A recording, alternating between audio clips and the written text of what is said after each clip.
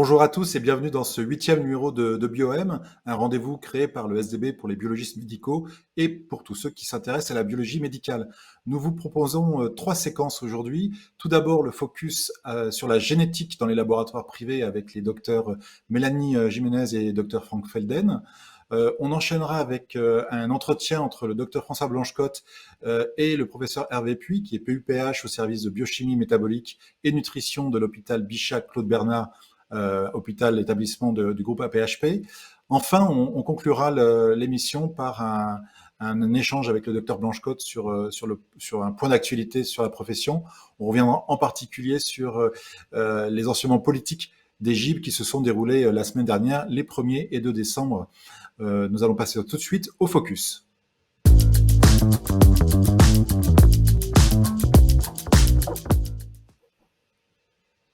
Docteur Mélanie Jiménez et docteur Frank Felden, vous êtes biologistes libéraux et vous exercez respectivement à Chambray-les-Tours et à Saint-Dié-des-Vosges.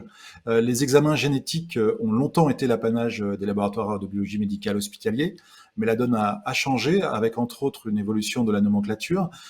Merci à vous pour votre retour d'expérience sur la réalité de la génétique en laboratoire privé. Docteur Felden, c'est à vous. Frank Felden, biologiste co-responsable de Biogroupe Lorraine. Je suis spécialisé en génétique et en biologie moléculaire depuis une vingtaine d'années et je travaille sur le plateau technique de Saint-Dié dans les Vosges. Je réalise une partie des analyses de génétique de Biogroupe avec le groupe de Tours dont est la responsable Mélanie Jiménez. Aujourd'hui, on va parler donc du retour d'expérience du partenariat qu'on a eu avec Elitech dans le cadre des bilans de thrombose. Alors dans ce cadre-là, je suis obligé de refaire un rappel rapide sur ce qu'est la thrombose ou la thrombophilie. Donc on parle soit de thrombose veineuse quand on a affaire à une phlébite ou un problème d'embolie pulmonaire, ou de thrombose artérielle. Quand est-ce qu'on prescrit un bilan de thrombophilie? On estime qu'il y a à peu près 0,3% de la population qui est touchée par une thrombose, dont un tiers referait une rechute dans les 8 années suivantes. Donc un bilan de thrombophilie est recommandé en cas de localisation inhabituelle de thrombose veineuse avant 60 ans, chez la femme en âge de procréer, et quand c'est un caractère récidivant. En général, les causes de thrombose sont multifactorielles. Il y a des prédispositions génétiques ou acquises. Aujourd'hui, on va simplement parler des prédispositions génétiques. Donc le bilan biologique type de la thrombophilie, il y a un certain nombre de facteurs qui sont bien connus, comme l'antithrombine 3, la protéine C, la protéine S, évidemment un bilan de coagulation, TQ, TCA, plaquettes, mais on va se focaliser aujourd'hui sur la partie génétique, à la recherche des principaux facteurs mutagènes qui sont le facteur 5 de l'Eden et le facteur 2 du gène de la prothrombine. On peut également faire en seconde intention les mutations du gène de la MTHFR, la méthyltétrahydrofolate réductase, mais ça ne fait pas l'objet de la présentation aujourd'hui. Alors rapidement, c'est en 2009 que le groupe français pour l'hémostase et la thrombose ont commencé à recommander l'utilisation de la biologie moléculaire et de la génétique pour la recherche de variants spécifiques. Pendant un certain nombre d'années, c'était des techniques maison. Et on va dire que depuis les années 2007-2008, on a des techniques qui sont marquées CE-CIVD. Donc nous, on utilise la technique Elitech, qui est sur un appareil qui s'appelle l'Ingenius. Alors très rapidement, l'approche moléculaire des variants du gène de la prothrombine et la proaccélérine, le facteur 5. Donc pour le facteur 5 de l'Eden, il y a la baisse de l'efficacité de l'inactivation du substrat quand il y a la mutation 1691, qui est une substitution d'une guanine par une adénine, provoque un état d'hypercoagulabilité, et ça représente à peu près 95% des résistances à la protéine C activée. Donc, dans le cadre d'un statut hétérozygote du patient, c'est un risque qui est multiplié en gros entre 3 et 5, et beaucoup plus, on passe de 50 à 80 selon les publications, lorsqu'ils sont homozygotes. La prévalence est de 5% en Europe. Concernant le facteur 2, la prothrombine, donc c'est un taux élevé de prothrombine qui sont dus également à une substitution d'une guanine par une adénine en 2210. Et donc, Cet état d'hypercoagulabilité est dû à l'augmentation de la prothrombine qui provoque la fluinogène en fibrine et donc augmentation des caillots. Donc le risque accru, c'est pareil, c'est à peu près comme le facteur 5, 3 à 5 fois chez les hétérozygotes. Par contre, la prévalence est beaucoup plus faible chez le facteur 2 que chez le facteur 5. On est aux alentours de 1 à 3% de prévalence en Europe. Alors, rapidement, notre service de génétique sur le plateau de Saint-Dié-des-Vosges, qui fait partie du groupe Biogroupe Lorraine. On a une équipe où on est 2 biologistes, Alexandra Jacques qui m'a rejoint il y a 1 an à peu près. On a des techniciennes qui ont un niveau de Bac plus 3, c'est-à-dire qu'ils ont une licence de biochimie et de biologie moléculaire. Et donc nous réalisons bien sûr les bilans de thrombose, mais également les gènes principaux de l'hémochromatose, du gène HFE, à savoir la C282Y, la 63D et l'S65C. Et nous réalisons également le génotypage du HLA-B27.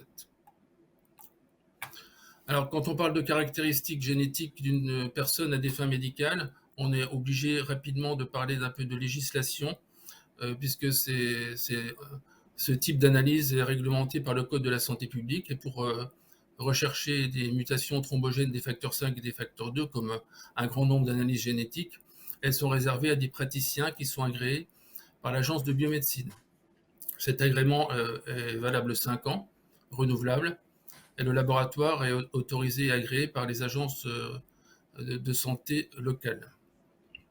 Alors, dans les conditions de prescription, c'est avant tout un entretien préalable avec le patient et son prescripteur qui débouche sur une attestation de consultation dûment signée par le prescripteur et bien sûr un consentement, comme tout examen génétique, éclairé parce que le patient a le droit de refuser l'analyse. Une fois que l'analyse est réalisée par le laboratoire, le résultat est exclusivement remis au médecin. C'est lui qui rendra le résultat dans le cadre d'une consultation médicale spécialisée au patient. Enfin, au niveau des laboratoires d'analyse, les comptes rendus doivent être conservés pendant 30 ans. Alors, nous avons donc réalisé une étude sur l'Elite Ingenius, dont j'ai parlé tout à l'heure, des laboratoires Elitech. C'était un nouvel automate. On a eu la chance d'avoir le premier en 2016. Donc, on a une expérience d'un peu plus de 5 ans maintenant sur cet appareil. Donc, on est en train de réaliser une publication qui est acceptée dans les annales de biologie clinique et qui paraîtra certainement début 2022. L'Elite Ingenius est un système entièrement automatisé pour les analyses moléculaires qui permet d'effectuer directement à partir du tube primaire l'extraction, l'amplification et la détection par un logiciel adapté en PCR en temps réel et en multiplexage. Alors l'avantage de cet appareil, c'est qu'il a une large gamme de matrices, 12 pistes indépendantes, il fait des analyses de fusion. C'est un système ouvert dans lequel on peut analyser un certain nombre de choses. Donc nous avons utilisé sur 75 patients l'Elite Ingenius en association avec un kit de coagulation qu'on appelle de coagulation Elite MGB, qui a montré une très bonne performance avec des sondes qui sont très bien détectées et avec très peu de fluorescence. Et donc on a essayé de voir si cet appareil nous permettait une accréditation COFRAC, comme tout laboratoire français est obligé d'avoir, et s'il était facile d'utilisation dans un laboratoire de routine qui réalise des analyses de génétique.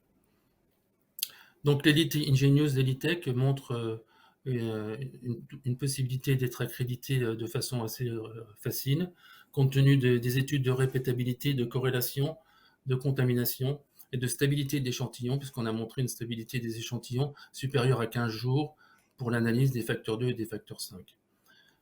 C'est donc un automate qui est parfaitement accréditable, et d'ailleurs on l'a accrédité depuis 2017. Si on regarde l'activité des mutations des facteurs 5 et des facteurs 2 qu'on a réalisées depuis 2016 à 2020, puisque chaque année, au niveau de l'agence de biomédecine, on doit rendre un rapport. En 2020, nous avons réalisé 9000 tests, un peu plus de 5000 pour le facteur 5 et 4000 pour le facteur 2. Si on fait la suivi des tendances depuis 2016 jusqu'à 2020, en moyenne, sur les échantillons testés, qui sont bientôt, bien sûr, une population cible qui a des problèmes thrombose. Nous avons à peu près entre 14 et 15% de patients hétérozygotes pour le facteur 5. On est aux alentours de 1% pour les homozygotes, pour le facteur 5. Pour le facteur 2, c'est beaucoup plus faible, puisqu'on est plutôt aux alentours de 7 à 8% pour les hétérozygotes et aux alentours de 0,1 à 0,5% pour les homozygotes. Je vous remercie. Merci Franck. Donc, je suis Mélanie Gimnès, je suis biologiste co-responsable de l'unité de génétique de Laborizon Centre Biogroupe. Donc, on est situé à Chambray-les-Tours. Nous, on a découvert le système ELITech lors de notre recherche d'implantation pour les transcrits de BCR-ABL. Donc, notre unité de génétique traite déjà ces patients d'un point de vue cytogénétique, c'est-à-dire que tous nos patients, on les suit pour les LMC, donc par le karyotype médulaire que l'on fait au sein de notre unité de cytogénétique. Et en avril 2020, le passage à la nomenclature de la recherche du transcrit BCR-ABL nous a poussé à nous dire qu'il fallait compléter l'offre de soins de nos patients et que tout soit traité au laboratoire. Lors de cette réflexion, on a eu beaucoup de questionnements sur les volumes, puisque c'est une analyse qui est actuellement largement traitée par les CHU, puisque c'était assez captif, puisque sinon c'était hors nomenclature. On partait avec l'incertitude du volume.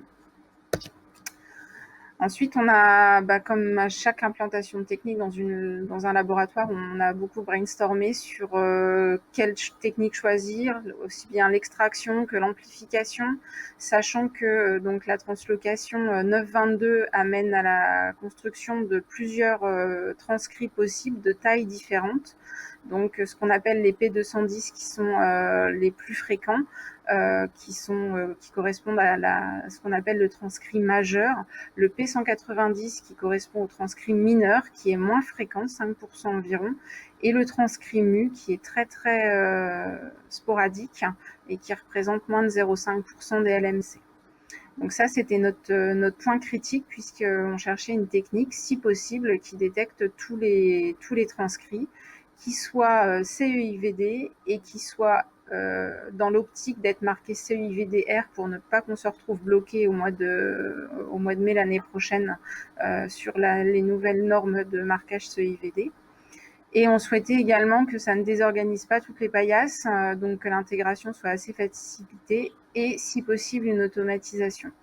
Ça a été assez compliqué puisque les extractions d'ARN partent de tubes pas forcément communs. Donc, nous, on souhaitait garder des tubes DTA. On ne voulait pas ni de tubes Streck ni de tubes PAXen. Donc, on a quand même eu comme contrainte qu'on souhaitait garder de l'EDTA. Et donc, on s'est rapproché de la société ELITech, déjà parce que donc, le docteur Felden travaillait avec eux, on savait leur sérieux, on savait que l'automate était bien. Et surtout, ils nous proposaient un système clé en main pour que l'on puisse détecter les transcrits 210 et 190, donc la majorité des cas de LMC, au diagnostic et en suivi, ce qui n'est pas le cas pour tout le monde non plus quand on regarde les fournisseurs. Et ils nous ont présenté un kit CEIVD qui était en marche de passer CEIVD-R, donc on était assez tranquille pour les années à venir. Ce kit est donc facile d'utilisation. Donc, ça a été mis en place le mi-octobre chez nous, donc c'est un retour d'expérience tout frais que je vous fais. Au niveau du pré-traitement de l'échantillon, donc on part bien de tube DTA, ce qui nous va bien. Il y a un petit temps technique puisqu'il y a des centrifugations et de la préparation du buficote pour récupérer les blancs. Sachant que là, on a une petite contrainte puisque le délai préanalytique n'est que de 48 heures. Donc, faut pas trop traîner à envoyer les échantillons, à les récupérer. Une fois que le LISA est obtenu, on le met dans l'automate qui se charge de faire l'extraction, la distribution du mix, l'amplification et d'analyser les signaux. Donc pour nous, ça a été vraiment une mise en place assez facile. L'équipe Elitech était présente sur place avec plusieurs ingénieurs sur place pendant plusieurs jours lors de la mise en place. Et puis surtout, il y a un support téléphonique et mail qui est très bon, donc ça se passe très bien cette mise en place. Donc les résultats qu'on obtient sont en pourcentage selon la nomenclature internationale, et il y a juste un petit facteur correctif à faire puisque comme toute quantification, le système doit être validé, et si selon le système on a un facteur de correction, donc à chaque calibration, donc tous les 2 mois, on a un facteur de correction à vérifier et à appliquer sur nos résultats. Donc pour le premier retour d'expérience, donc ces 15 derniers jours, c'est une technique donc qui est simple. Nos techniciens sont contents de la faire puisqu'il y a quand même des petites étapes manuelles. On a juste fait remonter à Elitech une remarque sur les échantillons visqueux pour les patients qui avaient beaucoup de blanc. Le LISA est visqueux et donc on peut avoir des petits soucis sur le piquetage. Sinon, au niveau de l'intégration dans l'activité du laboratoire, ça se passe bien. Et donc là, on est toujours sur la validation de méthode pour finir notre dossier et pouvoir le mettre en production.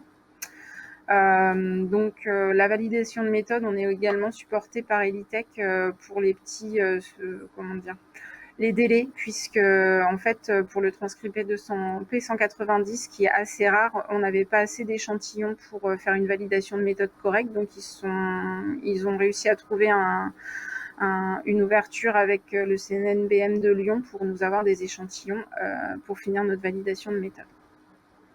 Le seul point de limite de cette technique que je vois à l'heure actuellement, c'est le transcrit mu, pour lequel on a décidé de clairement dire qu'on ne le recherchait pas. Les seules techniques disponibles à l'heure actuelle pour faire de la recherche de transcrit mu, c'est uniquement des techniques maison qui ne nous paraissent pas adaptables au laboratoire au vu des faibles quantités de transcrit mu. Et donc, on a décidé d'inscrire sur nos comptes rendus quand il n'y avait pas de transcrit détecté, que le transcrit mu n'était pas recherché, et que dans ce cas-là, il fallait l'envoyer soit au centre de référence ou à un CHU qui fait des techniques maison. Notamment, pour nous, c'est le CHU de Tours. Voilà. Donc, je vous remercie, et si vous avez des questions, je serai ravie d'y répondre. Docteur Jiménez, les suivis des leucémies myéloïdes chroniques LMC se font à l'hôpital. Est-ce que le changement de nomenclature a changé cet aspect? Et comment gérez-vous l'augmentation des volumes associés avec la solution Elitech? Donc effectivement, à l'heure actuelle, nous en tout cas, tous les recrutements qu'on avait partés à l'hôpital, on sait que c'est pas encore bien passé en ville, que ces analyses sont maintenant à la nomenclature, donc il y a beaucoup de communication à faire, et effectivement, dans les mois et les années à venir, on va avoir une augmentation de prescriptions, et donc le système Elitech qui pour le moment nous satisfait pour les faibles volumes que nous avons en début d'activité, sera adaptable, puisque soit on peut augmenter le nombre de modules, donc passer à 2 ou 3 automates pour satisfaire les volumes, ou alors avec Elitech, on avait également discuté d'une mise à disposition du Bitgenius, qui est un nouvel automate qui a une plus grosse capacité en fonction des volumes que l'on aura. Docteur Felden, vous avez plusieurs années de recul avec la solution Elitech. Quel bilan pouvez-vous nous faire? Alors le bilan depuis les 5 dernières années est tout à fait bon. Comme je disais tout à l'heure, c'est un système tout en un qui va de l'extraction jusqu'à l'interprétation des résultats. Une interprétation qui est facile, mais il faut quand même faire attention à la présence d'autres variants. Donc il faut toujours analyser les températures de fusion qui ne doivent pas dépasser plus ou moins 1,5 degré. Si c'est le cas, dans ces cas-là, ça rend un résultat valide qu'on doit séquencer de façon bidirectionnelle par rapport à la zone d'intérêt. Les pistes individuelles limitent, il y a très peu de contamination croisée. Les réactifs sont prêts à l'emploi, donc ça c'est extrêmement pratique pour les techniciennes. Et le logiciel est facile d'utilisation. Ça c'est les points positifs. Dans les points négatifs, comme dans tout automate, il y a évidemment des points négatifs. Il faut l'adapter à l'activité du laboratoire puisque la cadence est limitée. Nous en avons 2 actuellement. Donc nous pouvons faire 2 x 12, soit 24 prélèvements en 2 heures, ce qui n'est pas une cadence forcément adaptée pour un laboratoire de plus grande importance au niveau génétique. On n'a pas de lecture de code à barre pour les réactifs et les échantillons. Et la fréquence des passages des contrôles internes, des CIQ ou des CQI comme on veut, était notamment tous les 15 jours. Compte tenu de l'activité qu'on a, puisqu'on réalise en moyenne 40 à 50 facteurs par jour, nous avons décidé, et ça a été validé par Elitech, de passer les contrôles de qualité non pas une fois tous les 15 jours, mais une fois tous les jours, ce qui nous permet de faire des suivis de tendance. En ce qui concerne les autres problèmes, puisqu'a priori il va y avoir une nouvelle machine qui s'appelle le BGenius, qu'on aura également la chance d'avoir en primeur dans quelques semaines.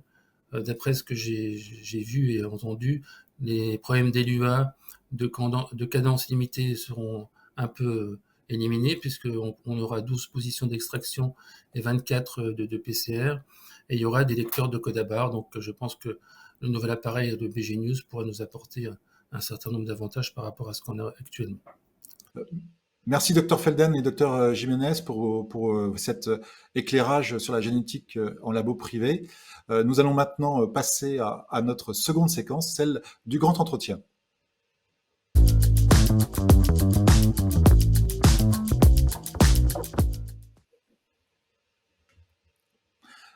Le rôle des biologistes médicaux dans le parcours de soins des patients fait l'objet de nombreuses discussions au sein de la profession.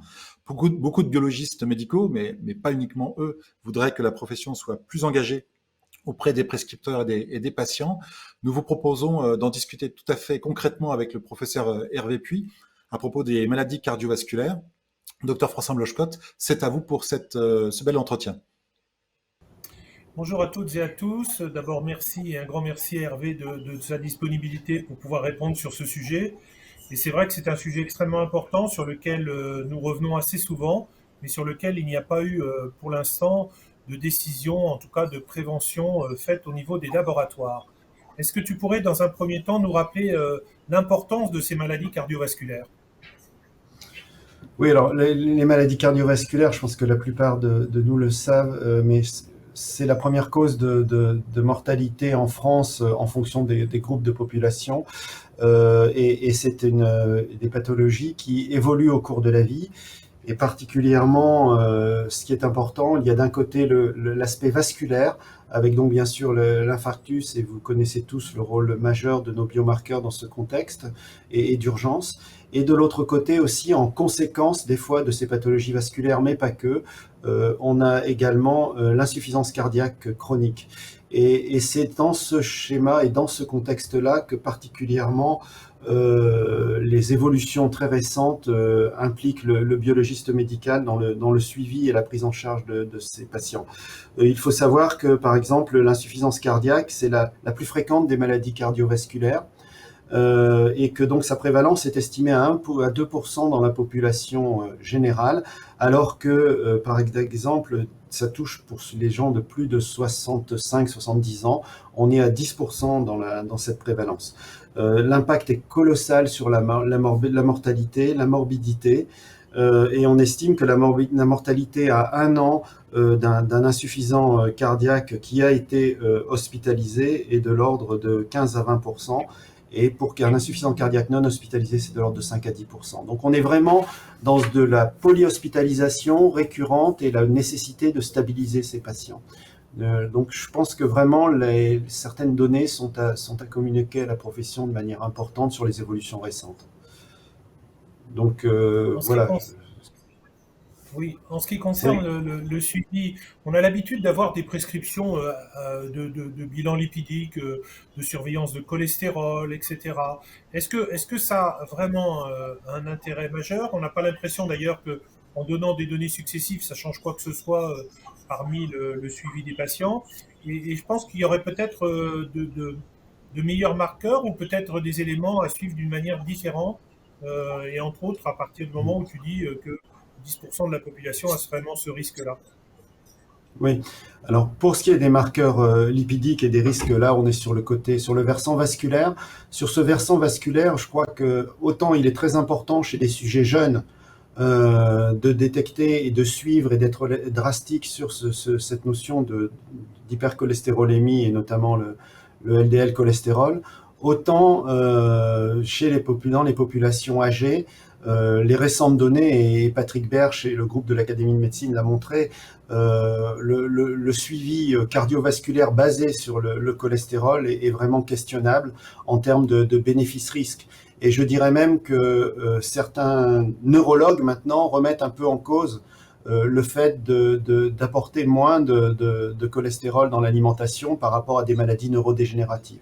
Et un lien commence à être fait entre absence totale de lipides dans certains régimes et accélération du processus d'Alzheimer ou Alzheimer-like chez le sujet âgé.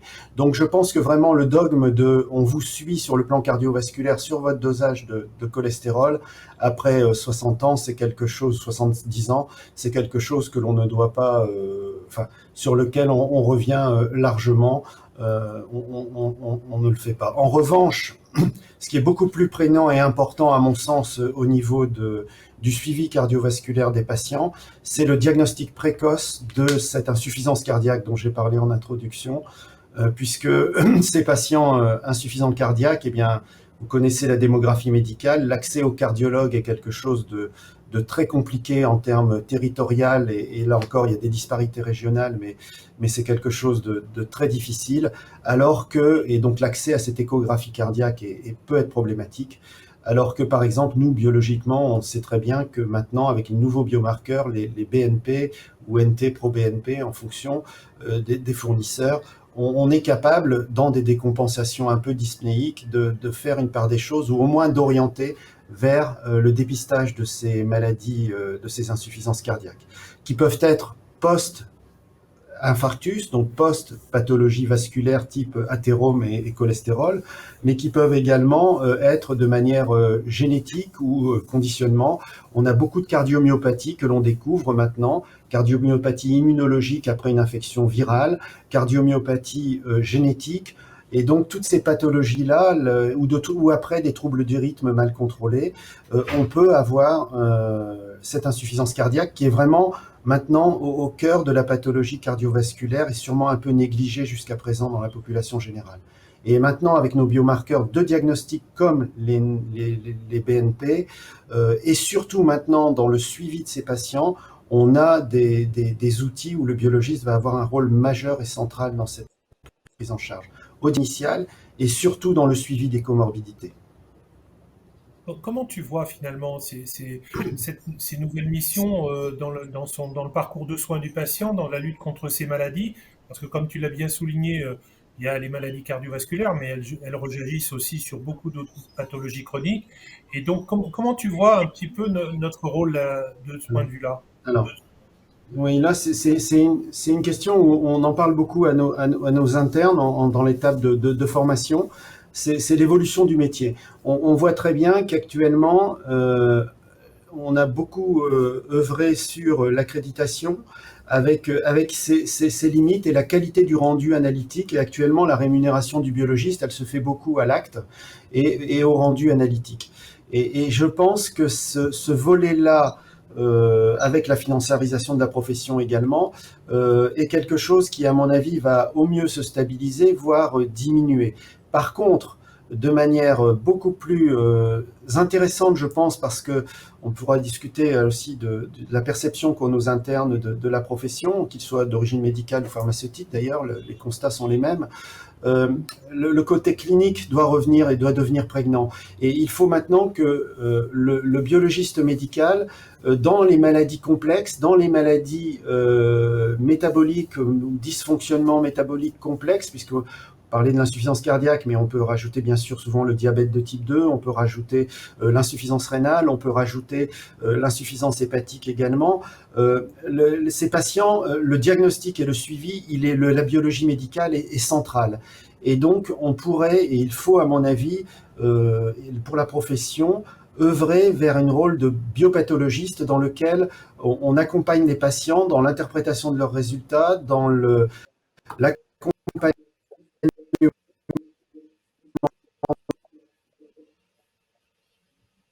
médicale et qu'une consultation à pathologie complexe rapport à la stabilité, l'équilibre à trouver, la réorientation qui vers le spécialiste et bien évidemment avec le médecin généraliste. Donc je pense que il faut que notre profession se réapproprie la dimension clinique de la biologie médicale. Et là encore, il n'y a aucune problématique entre le fait d'être d'origine médicale ou pharmaceutique. Je pense que ce rôle de biologistes médicaux inclut le suivi et la prise en charge dans les maladies complexes et chroniques, une dimension clinique au plus proche du malade. On a la chance d'avoir un maillage territorial de réseaux de laboratoires. On a la chance d'avoir pour l'instant le NBio, NSIT, et il faut que ces biologistes sur site, la profession s'approprie ce rôle clinique qui va accroître notre lisibilité et nous amener comme vrais partenaires de santé dans la prise en charge bioclinique de nos malades. Voilà, l'évolution, je pense, les jeunes sont très favorables à cette évolution-là, et bien évidemment, ça doit rentrer dans le parcours de soins et dans une juste rémunération de ces conseils et de ces prises en charge d'équilibre des patients dans leur glycémie, dans leur insuffisance cardiaque ou autre. C'est vraiment un sujet de réflexion sur lequel on a déjà abordé ça, en particulier aux Journées internationales de biologie. J'ai posé la question, bien sûr, à Thomas Fatome là-dessus, puisque au cours de cette crise Covid, en fait, on a vu naître finalement une sorte de télé-expertise aussi des biologistes, parce que beaucoup de gens nous appelaient, aussi bien le corps médical que les patients, et on a passé beaucoup de temps au téléphone pour essayer de conseiller les gens. Et on voit bien que c'est une manière aussi d'aborder les choses, mais j'ai vu pas mal d'évolutions de logiciels aussi, où ils tentent d'aller vers des conseils, entre guillemets, personnalisés aux patients.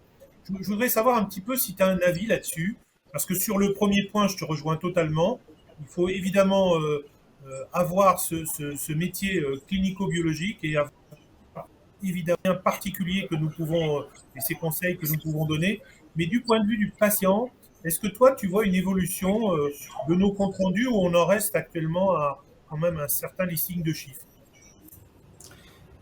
C'est tout le problème, c'est-à-dire qu'actuellement, on est relativement non suffisamment présent dans le rendu de nos résultats, dans l'interprétation de ces résultats et dans un cadre de relations privilégiées entre le biologiste et son patient. Et il faut absolument recréer ça, parce que sinon, la profession va être prise entre les docteurs tests qui ont tendance à se généraliser d'un côté où il y aura une pression pour que ça se fasse. Il faut absolument que ça soit sous notre contrôle, mais ça ne nous met pas en contact direct avec le patient, alors que les médecins de spécialité ou généralistes vont être en contact direct.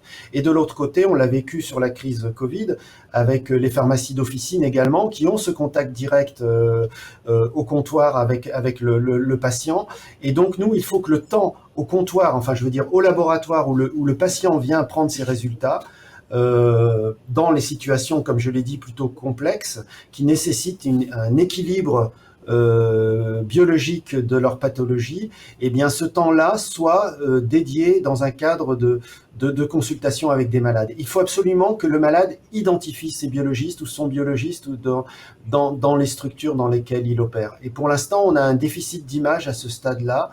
La crise Covid nous a ramené les patients dans nos laboratoires, des patients jeunes en situation stressée, mais là encore, le rendu sur le smartphone à distance pour avoir le résultat du test, on parle du Covid, mais pour plein d'autres analyses, c'est une bonne chose chez les jeunes dynamiques, les patients jeunes dynamiques et qui viennent se faire un bilan, disons, ponctuel.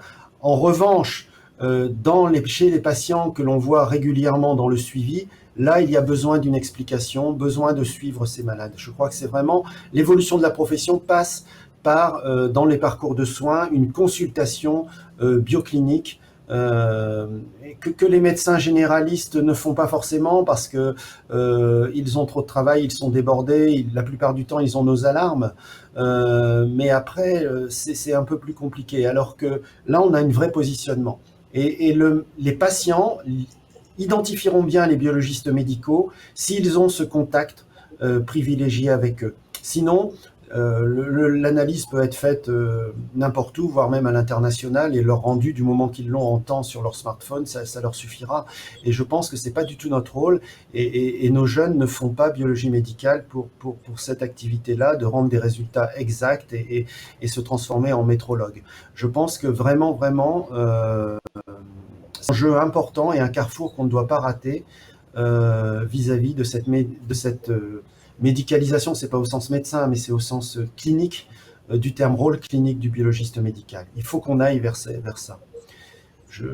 Voilà. Un dernier aspect que je voulais te demander, une dernière question. L'évolution de la Covid a montré une accélération des innovations technologiques. Et donc, on a vu naître un certain nombre de machines très rapides.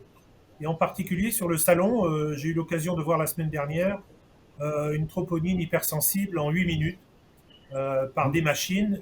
Est-ce que tu penses, et quelle place aurait, parce qu'il y a une grande discussion actuellement sur la place de ces machines délocalisées partout, dans les cabinets infirmiers, les pharmacies, les maisons de santé, pôles de santé.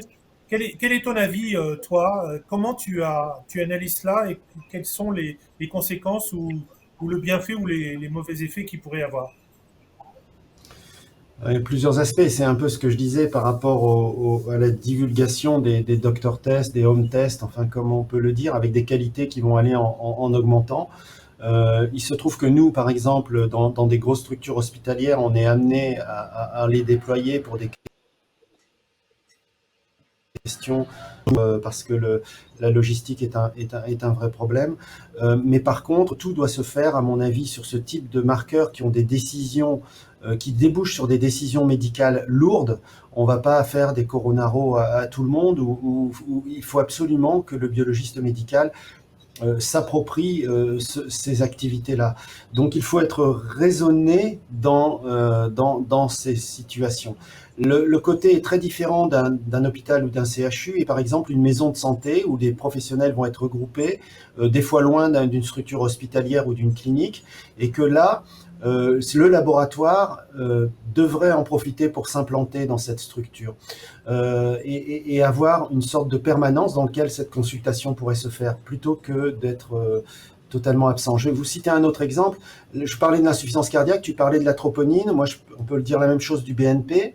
Mais on sait maintenant, depuis 2019, que dans l'insuffisance cardiaque, la première comorbidité qui va faire que les patients vont retourner à l'hôpital, être réhospitalisés, c'est la carence martiale. Et là, actuellement, on a déposé au niveau de la HAS une révision des recos. Alors, c'est la Société française de cardiologie, de néphrologie, de l'EMICI, de gastro-entérologie. Enfin, nous sommes 5 ou 6 collèges à avoir déposé une révision, puisque pour l'insuffisance cardiaque, la première comorbidité, ça n'est pas l'HbA1c, ça n'est pas l'anémie même, c'est la carence martiale sans anémie. Or là, tu vois, dans le bilan global de ces patients, eh bien, il faut doser la ferritine et le coefficient de saturation de la transférine.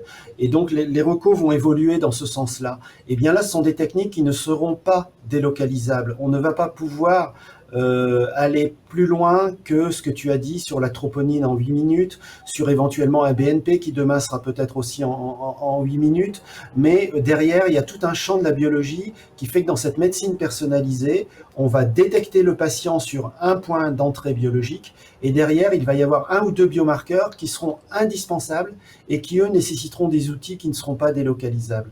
Donc d'où cette notion de globaliser l'offre dans les maladies complexes avec un ancrage laboratoire médical. Même si l'acte technique est délocalisé sur une plateforme, au moins le biologiste qui sera sur site, avec le contact avec le patient, pourra interpréter l'ensemble de ces résultats. Et donc, je prenais l'exemple de ce métabolisme du fer, puisque là, ce n'est pas la numération formule. Chez l'insuffisance cardiaque, c'est clairement la saturation de la transférine en dessous de 20% ou la ferritine en dessous de 100 qui est un facteur de comorbidité. Toutes les études qui viennent d'être publiées et tout, c'est vraiment une donnée où le biologiste devient le centre de la prise en charge de ces maladies complexes. C'est pas le clinicien qui va détecter cette carence qui influe sur le métabolisme musculaire du myocarde, mais d'autres également. Donc bon, c'est un exemple, mais il est assez parlant sur cette prise en charge. On va globaliser l'offre. L'HbA1c aussi, elle est délocalisable. L'HbA1c, on l'a, les endocrinos peuvent l'avoir dans leur consultation. Mais on ne va pas s'arrêter à ce stade-là. Ça doit se faire sous notre contrôle et derrière qu'on ait, de manière tout à fait rationnelle, un ou deux autres biomarqueurs qui augmentent le suivi et la prise en charge et qui permettent des ajustements thérapeutiques. Il faut que le biologiste s'approprie cette dimension-là nouvelle de son travail. Écoute, je te remercie beaucoup, Hervé. C'est vraiment des mots qu'on aime entendre. En plus, on est évidemment sur ce chemin-là depuis longtemps, mais c'est vrai qu'avec les pouvoirs publics, c'est pas si simple. J'espère que cette année, dans le cadre de la négociation qu'on va avoir dès 2022, on pourra introduire cette téléconsultation absolument nécessaire aujourd'hui pour l'avenir de nos métiers, l'avenir des jeunes. Et je te remercie encore de ta disponibilité, de bien vouloir avoir répondu à mes questions. Oui. Je pense que pour nos jeunes internes et pour l'attractivité de la profession, il est très important que l'on aille d'un côté vers des rendus de biomarqueurs et de biologie analytique de qualité et innovants pour les patients, et de l'autre côté, un deuxième pied sur lequel le biologiste médical doit s'appuyer, c'est la participation à la prise en charge clinique des patients, notamment dans les maladies complexes à fort potentiel biologique dans le suivi des malades. Donc il faut vraiment que la profession s'appuie sur ces deux pieds. D'un côté, des dosages analytiques de grande qualité, et de l'autre côté, l'interprétation de ces dosages dans le contexte plus global de la pathologie des patients. C'est vraiment, et la rémunération doit aller de pair. D'un côté, une rémunération sur la biologie analytique, et de l'autre côté, une rémunération du biologiste médical sur sa prise en charge bioclinique médicale des patients à pathologie complexe. Voilà un petit peu l'idée qui est vraiment fortement soutenue également par nos jeunes dans la profession. Je vous remercie. Merci beaucoup, c'est un beau mot de la fin. On va terminer cette émission par la séquence d'actualité avec le docteur François Blanchecotte.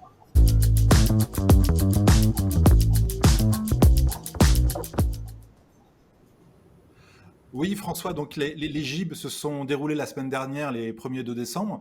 Ce fut un réel succès, en fait, malgré les circonstances avec la 5e vague, le variant Omicron, dont on a détecté 2 cas en France justement la semaine dernière. Il se trouve que ces GIB ont été un moment de reconnaissance du travail fait à la fois par les biologistes médicaux, mais dans leur ensemble, mais aussi par le SDB tout au long de la crise. Je voudrais revenir sur quelques moments politiques forts. Le premier, on va dire, c'est pas chronologique, mais le premier, c'est la présence d'Olivier Véran. Il est venu clairement remercier les biologistes. C'était visiblement sa mission première. Il a aussi salué le travail fait avec vous et l'équipe du SDB. Quelle est votre analyse sur les paroles d'Olivier Véran et sa présence, alors même que bon, il était dans une séquence très très très compliquée sur le plan national? Oui, d'abord, premièrement, remercier évidemment tous les biologistes qui ont été présents, tous les personnels, bien sûr, qui sont des venus de l'industrie aussi. On pensait pas pouvoir avoir autant de monde. Il est vrai qu'après l'année 2020, qui fut entièrement virtuelle, on avait créé cet événement mixte, en fait, présentiel et virtuel. Il s'avère que quand on regarde les connexions informatiques, on avait aussi plus de 1500 biologistes connectés pendant ces 2 jours. Donc, je pense que l'attrait, d'abord, les gens voulaient se retrouver. Ils voulaient se revoir aussi, mais tous ceux de nos amis qui n'ont pas pu venir, je pense en particulier aux gens du Maghreb, qui ont été évidemment bloqués chez eux, pour le Maroc, l'Algérie, l'Allemagne aussi qui n'a pas pu venir. Les biologistes ont été réquisitionnés compte tenu des conditions sanitaires de leur pays. Oui, effectivement, Renaud, tu l'as dit, on a eu 2 ministres, c'est la première fois, à la fois le ministre des Solidarités et de la Santé et le ministre aussi des PME, parce que nous sommes aussi évidemment un peu des chefs d'entreprise, et la loi qui va sortir sur les indépendants est une loi qui concerne les libéraux. Il y a une loi toutes les 25 ou 30 ans, et je pense que cette fois-ci, on a un ministre qui est issu de nos rangs, qui est un ancien artisan effectivement au niveau des taxis, qui s'occupe et qui est devenu ministre, et qui a fait une loi sur mesure pour les indépendants en France, qu'on soit artisans, commerçants ou professions réglementées, professions libérales en particulier. Donc, ce que je retiens d'Olivier Véran, d'abord, c'est sa disponibilité pour être venu, parce que la plupart des congrès, il est extrêmement sollicité, il les a fait en visio ou en conférence vidéo préenregistrée, alors qu'il a fait l'amitié de venir. Évidemment, on s'était mis d'accord pour que sa présence soit réelle. Je souhaitais que les biologistes entendent vivement sa parole. D'ailleurs, il n'a pas suivi son discours. Il a finalement parlé, vous le reverrez sur l'enregistrement, mais il a parlé directement pour remercier la profession, qui soit d'ailleurs privée comme publique, pour avoir suivi toutes les demandes gouvernementales et en tout cas essayer de trouver à temps les diagnostics nécessaires pour prendre des mesures politiques, parce que finalement, lui, il avait des mesures à prendre concernant le confinement. Il y en a encore certainement à venir, mais globalement, il fallait prendre des décisions. Et ça a été un grand moment extrêmement important et qui a été suivi aussi de la présence de Jean-François Delfrécy et Alain Fischer, qui ont exprimé à la fois chacun l'actualité ambiante, puisqu'on est en pleine crise de la 5e vague, et donc qui ont exprimé à la fois les objectifs sur le variant, la méthode pour le suivre, et puis Alain Fischer, évidemment, s'est exprimé sur la vaccination. Je crois qu'aujourd'hui, les biologistes, on a demandé une seule chose politique très forte, c'est d'être reconnu dans le chapitre 4 du Code de santé publique, parce que vous savez comme tous qu'il y a les pharmaciens, les médecins, mais il n'y a pas les biologistes médicaux, ce qui fait que quand un texte réglementaire sort sur notre profession, on n'est jamais cité. Donc Olivier m'a dit qu'il essayerait de s'en occuper, mais c'était un point important parce que depuis la loi de 2013, on a toujours eu cette difficulté de marcher sur deux pieds. Alors on a été reconnu au niveau de la NDPC pour la formation continue, on a un CSI qui nous est propre, on a des crédits qui nous sont propres, mais c'est vrai qu'au niveau de tous les arrêtés, les décrets qui sont sortis, on n'est jamais cité. On est obligé en catastrophe de modifier l'arrêté et d'en ressortir à nouveau pour qu'on soit cité dedans. Donc je pense que c'est important que les pouvoirs publics reconnaissent à l'occasion de cette crise, en tout cas réglementairement, juridiquement, cette profession, et puissent vraiment, comme l'a dit tout à l'heure Hervé, travailler vraiment pour avoir une efficience et une qualité, et d'autre part ensuite permettre d'être pertinent et surtout d'avoir ces nouvelles missions dont on a fait nôtre par certains moments dans nos laboratoires, mais qu'il faut amplifier parce qu'il y a une véritable défi d'attractivité pour notre profession, pour les jeunes, et en particulier du côté des médecins. Il faut absolument qu'on ait beaucoup de biologistes qui viennent nous rejoindre parce qu'il y aura certainement un creux dans les 5 venir, qui est un creux important. François, il me semble aussi, au-delà du geste politique que Olivier Véran a fait, est-ce que j'ai l'impression que ça entame, et peut-être c'est une question, un nouveau regard. C'est-à-dire que on a pendant longtemps, quand on parlait de la biologie médicale, on parlait des laboratoires. Là, les biologistes médicaux en tant qu'eux-mêmes, et non pas en tant que membres de laboratoire, sont sortis du bois, on va dire, et j'ai l'impression que les tutelles en ont un peu plus conscience. Est-ce que je me trompe, ou est-ce qu'il y a un réel progrès dans cette identification du professionnel de santé que vous êtes? En tout cas, les politiques au niveau du débat avec les parlementaires que nous avons eu le jeudi matin, est clairement qu'aujourd'hui, ils ont besoin de nous sur le terrain. D'abord pour continuer à voir comment cette crise va évoluer, mais surtout, ils ont compris qu'il y avait un maillage territorial entre le système public, le système privé, qu'il fallait connaître les acteurs et que c'était au niveau des agences régionales de santé, mais d'un point de vue plutôt départemental, et c'est-à-dire avoir une connaissance du terrain. Et aujourd'hui, les parlementaires nous ont affirmé jeudi qu'ils allaient renforcer dans la loi 3D ou 4D, comme vous voulez, si c'est à l'Assemblée nationale ou au Sénat, mais en gros c'est la même loi, ils allaient renforcer de façon majeure le rôle des préfets dans les départements, le préfet de région, et avoir finalement un chef dans le bateau pour arriver à gouverner tous les gens. Et en fait, on a vu que on s'est rencontré d'ailleurs avec d'autres secteurs que les nôtres, que ce sont effectivement la sécurité civile, les sapeurs-pompiers et tout. Tous les gens ont appris à se connaître et à travailler ensemble et à être en synergie pour pouvoir apporter le meilleur de chaque côté. Et donc ça, c'est très important. Je pense que les parlementaires maintenant en ont pris conscience. Maintenant, au niveau des politiques, vous avez vu que la campagne présidentielle va s'ouvrir.